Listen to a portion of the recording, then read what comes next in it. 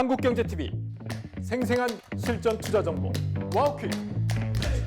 월 5,000원 커피값으로 투자 정보가 내 손 안에 배달됩니다. 와우킥 N에서 만나요.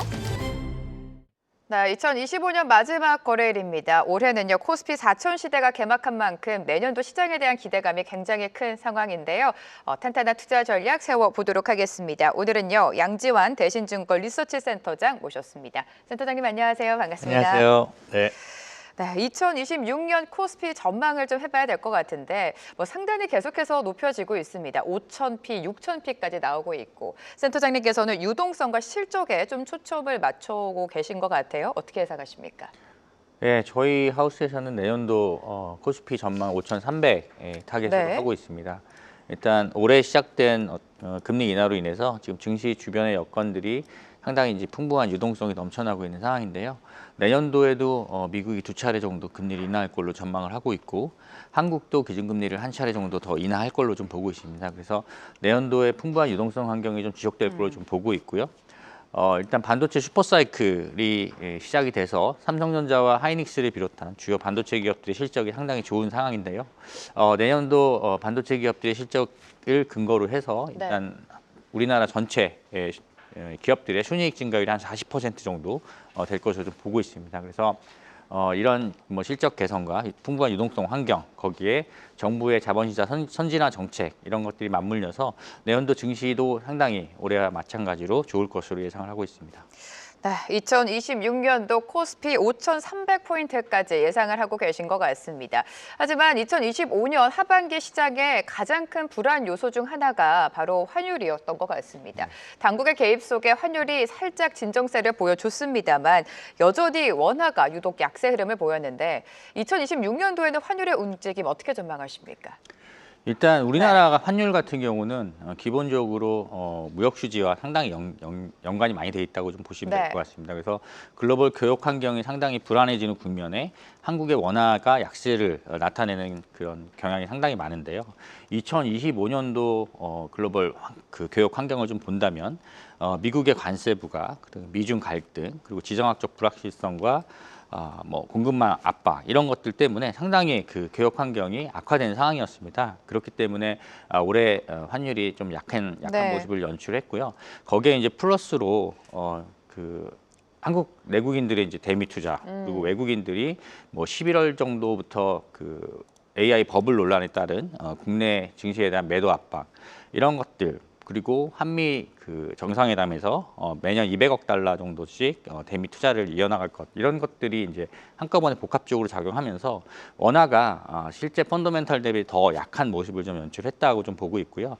지금 정부 당국이 정책 개입을 하면서 원화가 이제 다시 1,430원대로 빠르게 좀 내려온 상황인데 저희들은 내년도 환율 밴드는 1,350원에서 1,500원 정도로 보고 있고요.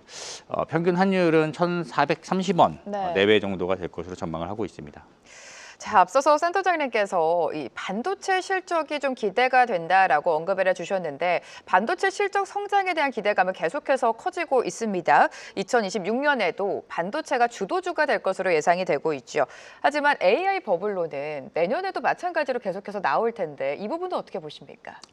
일단 AI 버블론은 좀 가장됐다고 저희들은 판단을 하고 있고요. 그 버블론이 이제 시작이 된 게 이제 오라클의 2030년 GPM 전망을 상당히 이제 40%대로 낮춰서 발표를 하면서 기존의 클라우드 기업 대비 수익성이 상당히 한 20%포인트 정도 낮게 좀 제시를 했습니다. 그래서 여러 투자자들이 지금의 AI 클라우드 기업들의 수익성이 상당히 과대평가돼 있다. 그런 것들이 감가상각연도를 늘리면서 수익성을 더 원래 수익성보다 더 높은 쪽으로 지금 약간 발표하고 있다. 이렇게 이제 얘기가 나오면서 전체적으로 버블론이 이제 시작이 됐다고 좀 보시면 될 것 같고요. 거기에 일단 추가적으로 마이크로소프트사가 제미나이 3.0을 발표하면서 오픈 AI의 점유율이 작년에 90%에 70%까지 떨어지고 있었습니다. 그래서 오픈 AI 같은 경우는 일단 대규모 계약들을 많이 체결했거든요. 그래서 MS가 떨어진다면 이런 계약들이 앞으로 네. 축소되거나 캔슬될 가능성이 있는 것 아니냐라는 투자자들의 우려가 이제 시작돼서 AI 버블론 그리고 AI 관련 기업들의 주가가 큰 폭으로 좀 조정을 받았다 이렇게 좀 보고 있습니다. 하지만 전체적으로 봤을 때 오픈 AI의 그 버블은 조금 꺼질 것으로 좀 보이지만 지금 뭐 제미나이라든가 다른 여타 기업들의 전체적인 LLM 모델들의 수요는 계속적으로 늘어나고 있다 이렇게 좀 보고 있기 때문에 전체적으로 봤을 때 버블이 꺼지지는 않을 것이다 이렇게 좀 보고 있습니다. 네, 버블이 꺼지지는 않을 것이다. 이렇게 예상을 하고 계십니다. 2026년 주도 섹터로 반도체를 많이들 꼽는데 대신증권에서는 어떤 섹터를 유망 업종으로 보고 계십니까? 저희는 내년도 이제 반도체 역시나 가장, 반도체. 가장 네. 좋을 것으로 좀 보고 있고요. 그리고 금리 인하 사이클이 내년에 계속 될 것으로 좀 보고 있기 때문에 제약 바이오 업종 그리고 올해 시장을 주도한 뭐 업종이라고 할 수 있는 방산 네. 그리고 K 뷰티의 확산에 따른 뭐 화장품 업종 그리고 올해 이제 뭐 금융하고 지주사들 상당히 좋았는데요. 내년도에도 정책 모멘텀으로 인해서 금융하고 지주 쪽이 네. 좋을 것으로 전망을 하고 있습니다. 네, 2026년도에도 지주사들의 상승을 기대해보자라고 언급을 해주셨는데 사실 하반기 들어서는 그렇게 기대만큼 아웃퍼폼하지 못했다라는 평가도 나오고 있습니다. 2026년에는 뭐 밸류업이라든지 상법 개정과 같은 정책 모멘텀에 다시 한번 드라이브를 걸면서 지주사의 상승을 기대해도 좋을까요? 네, 일단 네. 저희는 올해 사실 지주사들의 그 주가가 좀 재평가 받는 해였다고 좀 생각을 하는데요. 그게 사실은 정부의 정책, 상법 개정이 1차, 2차에 걸쳐서 진행이 되면서 향후에 이제 대기업 그룹들, 지주사들이 주주 가치를 우선시하는 그런 정책들을 앞으로 많이 내놓을 걸로 좀 보고 있고 지금 3차 상법 개정안이 일단 내년으로 2026년으로 좀 네. 넘어가긴 했지만 2026년에 3차 상법 개정안이 통과가 되고 자사주 강제 소각과 같은 부분들 그리고 배당소득 분리과세 이런 것들이 함께 추진이 된다면 지주사들이 내년에도 2026년에도 좋은 흐름을 보일 것으로 전망을 하고 있습니다. 그 근간에는 사실 코스피가 지금 4,000포인트를 넘어갔습니다. 대기업 그룹 위주로 대형주 위주로 이제 주가가 많이 올랐는데요.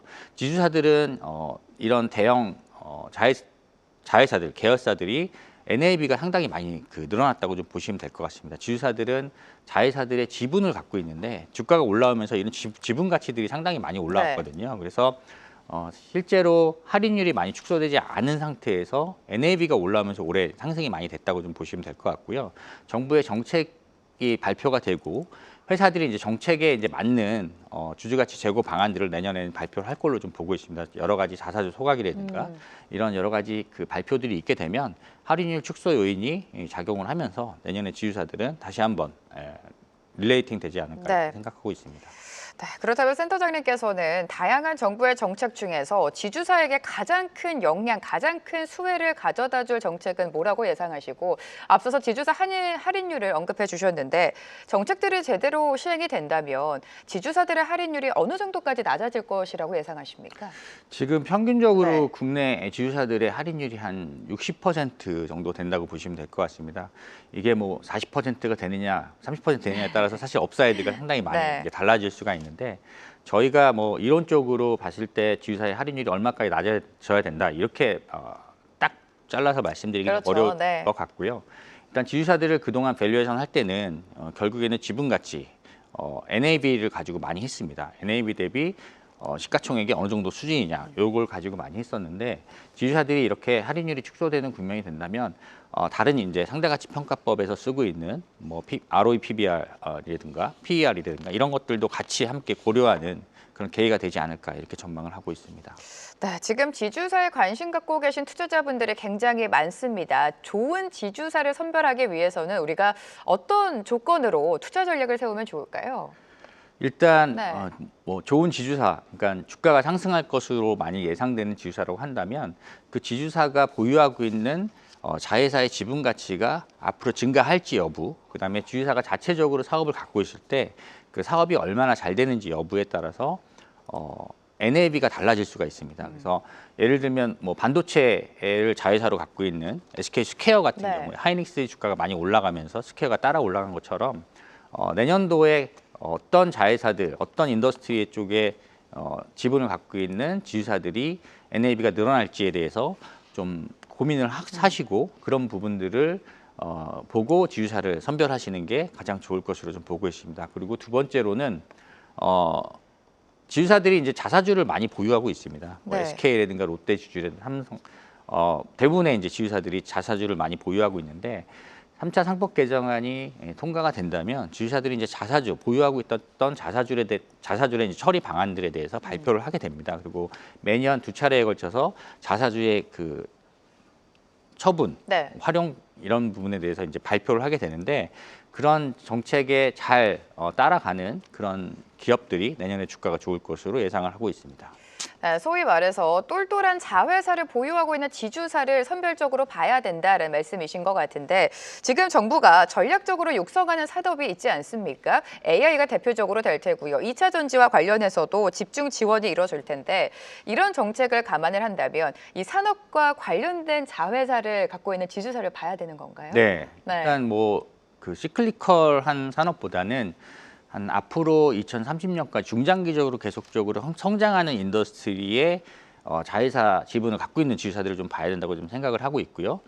그래서 저희는 두산 같은 경우가 로보틱스 그리고 에너빌리티 지분을 갖고 있기 때문에 원전 시장도 2030년 이후까지 계속 확장된다고 좀 보고 있습니다. 그래서 로봇하고 원전 그리고 지금 뭐 AI로 인해서 반도체 쪽이 상당히 좋기 때문에 반도체 기업들을 지분을 갖고 있는 그런 지주사 위주로 투자하시면 좋을 걸로 좀 보고 있고요. 그래서 저희는 올해 계속 두산을 좀 좋게 봤고 네. 내년에는 SK도 같이 함께 보셔도 될 것으로 좀 생각하고 있습니다. 네, 두산과 SK까지 짚어주셨습니다. 원전을 언급해 주시니까 2025년도 시장 조방원이 시장을 주도하지 않았습니까? 맞습니다. 하반기 들어서는 조방원에 대한 상승 매력도가 살짝 둔화되기는 했었는데 역시나 실적을 중심으로 2026년도에 조방원에 대한 기대가 큽니다. 이와 관련된 지주사는 어떻게 보세요? 내년에도 네. 조선하고 방산 쪽은 기업들이 수익성이 올해 좋아지기 시작했고요. 본격적으로 좋아지기 시작했고 내년에도 수익성이 추가적인 개선이 좀 가능하다고 좀 보고 있습니다. 그리고 실적이 그동안 이제 고가의 그 수주한 선박들의 매출이 내년도에 비중이 더 올라가면서 뭐 조선주들 같은 경우도 실적이 충분히 더 좋아질 여지가 있다고 좀 판단을 하고 있습니다. 그래서 일단 조선주 쪽을 보유하고 있는 HD 현대 같은 지주사도 관심을 좀 두셔도 좋을 걸로 좀 보고 있고요. 그다음에 방산 쪽이 좋다면 결국 이제 우리나라 방산 중에 대표주라고 할 수 있는 하나 에어로스페이스. 네. 내년에 이제 뭐 트럼프 대통령이 임기 중에 달에 또 다시 한번 가겠다 이런 발표도 하지 네네. 않았습니까? 그래서 항공 우주 쪽에 대한 전망도 내년도에는 밝을 것으로 좀 보고 있습니다. 그래서 하나그룹도 사실은 관심을 두셔도 될 것으로 전망하고 있습니다. 네, 조선과 방산하면 뭐 대표적인 지주사죠. HD 현대와 한화까지 짚어주셨습니다. 자, 2026년도 지주사 전반적인 흐름과 함께 우려할 만한 변수도 우리가 체크를 잘 해봐야 될 것 같아요. 네, 일단 정책 모멘텀에 따라서 자회사들 주가가 먼저 이제 반응을 하고 자회사들의 지분 가치가 올라가면 지주사가 이제 그 뒤에 따라서 후행적으로 이제 올라가는 그런 그림이 연출되는데요. 이런 그 정책에 따라서 수혜가 예상되는 그 기업들, 자회사들이 주가는 먼저 반응하지만 실제적으로 그 실적이 뒷받침될 수 있는지 여부를 좀 체크해 보시는 게 좋을 것 같습니다. 그래서 뭐 원전 시장에 대한 기대가 되게 많고 하기 때문에 두산 에너빌리티라든가 다른 이제 원전 관련주들 주가가 이제 많이 올랐는데 실제적으로 내년에 실적으로 이런 것들이 확인이 좀 안 된다면 그동안 이제 올랐던 그런 기대감들이 사그라들면서 주가가 좀 조정받을 가능성이 있다고 좀 보고 있고요. 그래서 실적이 얼만큼 뒷받침되는지 여부를 지주사 투자하실 때는 같이 체크해 보시는 게 좋을 것으로 판단하고 있습니다. 자, 그렇다면 끝으로 2026년도 시장 전반적인 투자 전략 세워주실까요? 예, 2026년도 저희는 코스피 5천 시대를 열 것으로 좀 보고 있기 때문에 사실은 성급하게 차익 실현한다기보다는 반도체 주라든가 아니면 방산, 지주 그리고 뭐 금융 쪽, 금융 섹터 같은 경우는 조정 받을 때마다 오히려 더 추가적으로 비중을 확대하는 그런 전략을 세우시는 게 좀 좋을 거로 좀 보고 있고요. 다만 이제 하반기가 되면 네. 미국의 인플레이션이 다시 그 우려 요인으로 작용할 가능성이 있습니다. 그래서 상반기에 두 차례 정도 이제 금리 인하를 하고 난 이후에 하반기에는 인플레가 촉발될 경우에는 다시 이제 금리 인하 사이클이 종료된다는 그런 얘기가 될 수 있기 때문에 그러면은 사실은 증시 유동성이 또 급격하게 위축될 수가 있고 금리 인상 이런 카드가 또 고려가 될 수가 있습니다. 그래서 그런 부분들 인플레이션을 잘 체크를 하셔야 하반기 증시에서 잘 대응이 되지 않을까 이렇게 생각하고 있습니다. 네, 이렇게 시장 투자 전략까지 자세하게 세워주셨습니다. 양지환 대신증권 리서치센터장과 오늘 이 시간 함께했습니다. 고맙습니다. 감사합니다. 계속해서 다양한 경제 이슈를 알고 싶다면 구독과 좋아요, 알림 설정 부탁드립니다. AI 캐스터 권미정이었습니다.